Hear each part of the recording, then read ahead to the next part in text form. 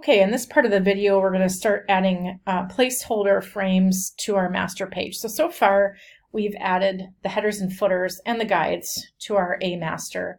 And now we're going to start creating that layout look of that layout. So if you can just flip back in your book for a second to page 55. Again, this is the layout we're going to have done in the end, but you can see we're starting to build this right now. We have the page numbers in there at the top in the header, and we have the footers down below.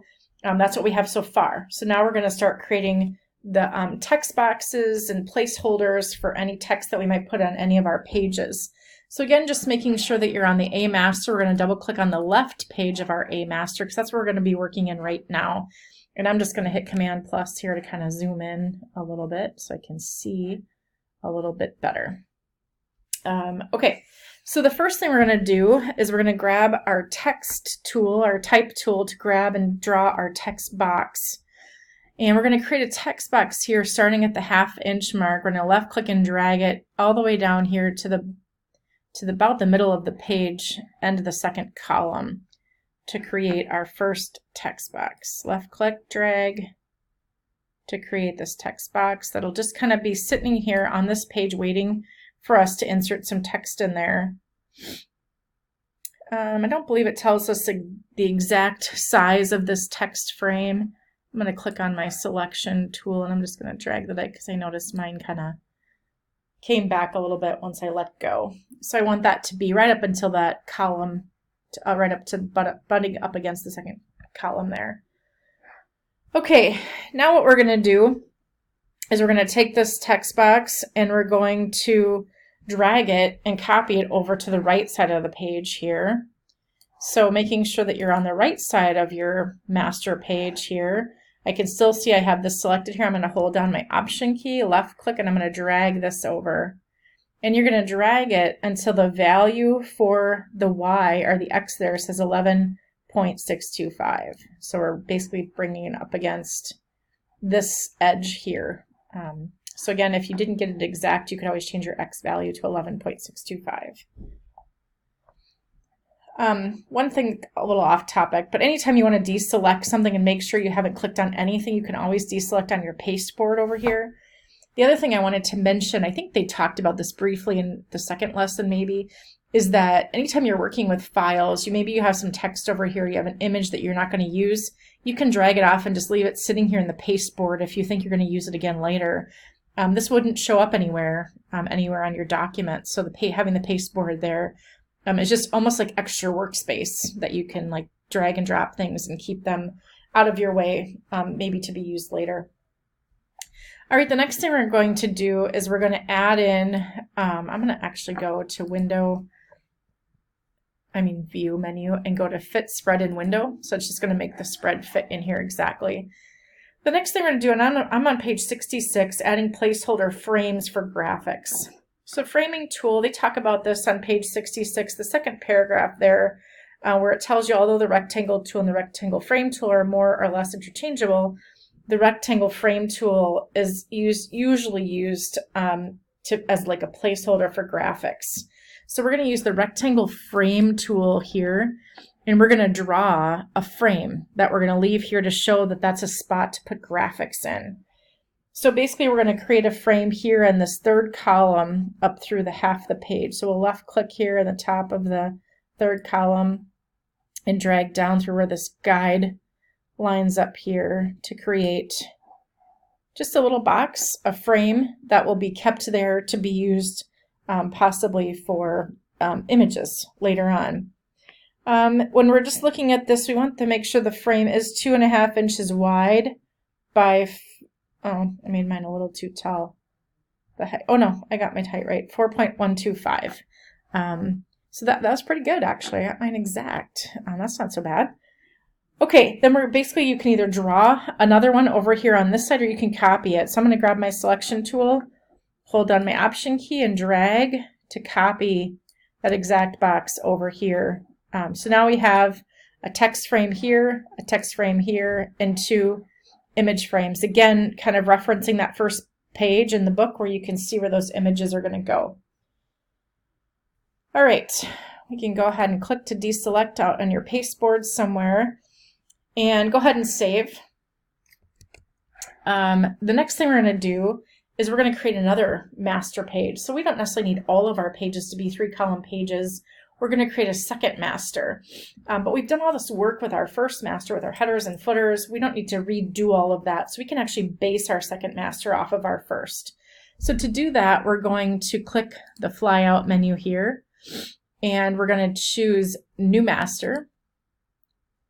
And we're going to name this master 2-column layout.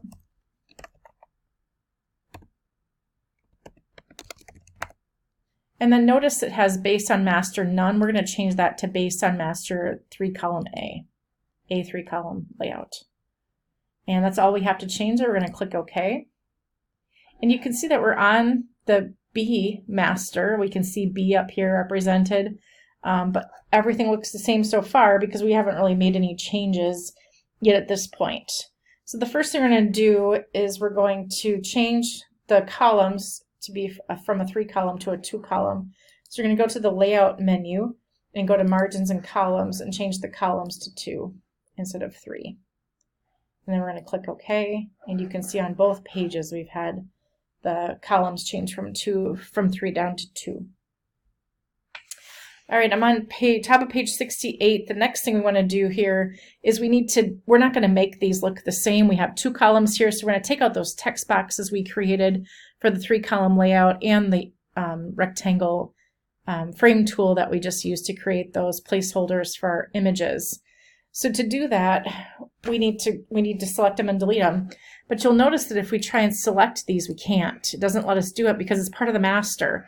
Just like if I click on any page in here and try and change it, I can't because it's part of the master. If I want to change it, I have to change it on the master. There is a way to change it at what you might call a local level, either at the page level or in this case on the B2 master level. Important to note, might even want to note it in your book, page 68, step number 2. If you want to override something that's on the master page, you're going to hold down your Shift key and Command key and click on whatever it is that you want to override. So I can select that now. I could override it because I want to resize it. I could override it because I want to delete it. And that's what I want to do. I want to delete it. So I'm going to hit the delete key. Notice I can see my text box here. So I'm going to hit Shift Command, select the text box, delete. Same thing here. I can't click on it because it's part of the A master.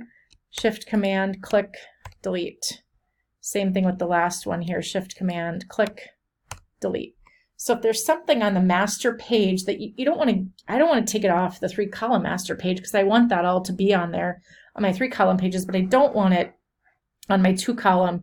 So to override the master, to change the master at a local level, you hold down Shift Command in order to do that.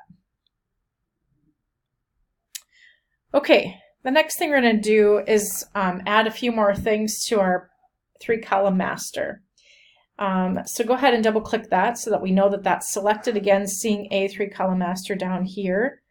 We're going to insert some information here to add some more color and information to our header.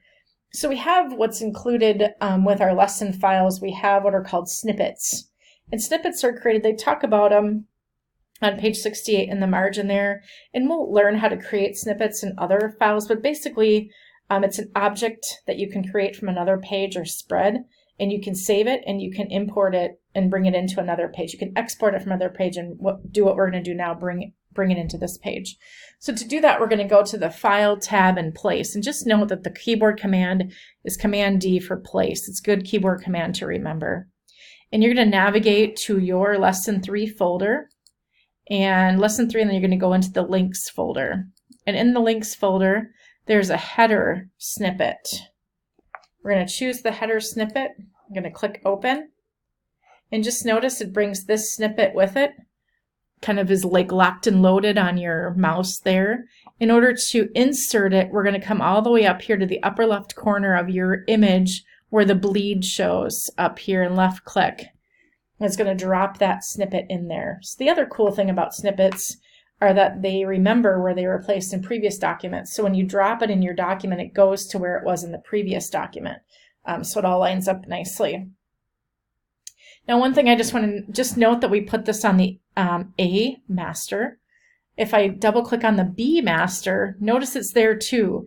And that's because our B master is based off of our A master. So the A master is considered a parent to the B master, which is considered the child. So everything that's done in the parent is going to trickle down into the child master.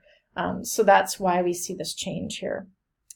Now we want to go back to the A master because we're going to change one thing here on this placeholder. We want to change the color of this fill color over here. So if you just left click somewhere in the back here so you get that fill color, and then bring up your swatches panel. I don't have mine open here anywhere, so I'm going to go to the view menu. Window menu, color, swatches. And I'm going to choose the green, brightest green swatch there. Oops. And it's going to fill that with that color instead. Okay, there we have the A master completed. And I'm going to go ahead and stop this at this point so that this video doesn't get too long. So go ahead and save one last time, and then we'll pick up on page 69 in the next section.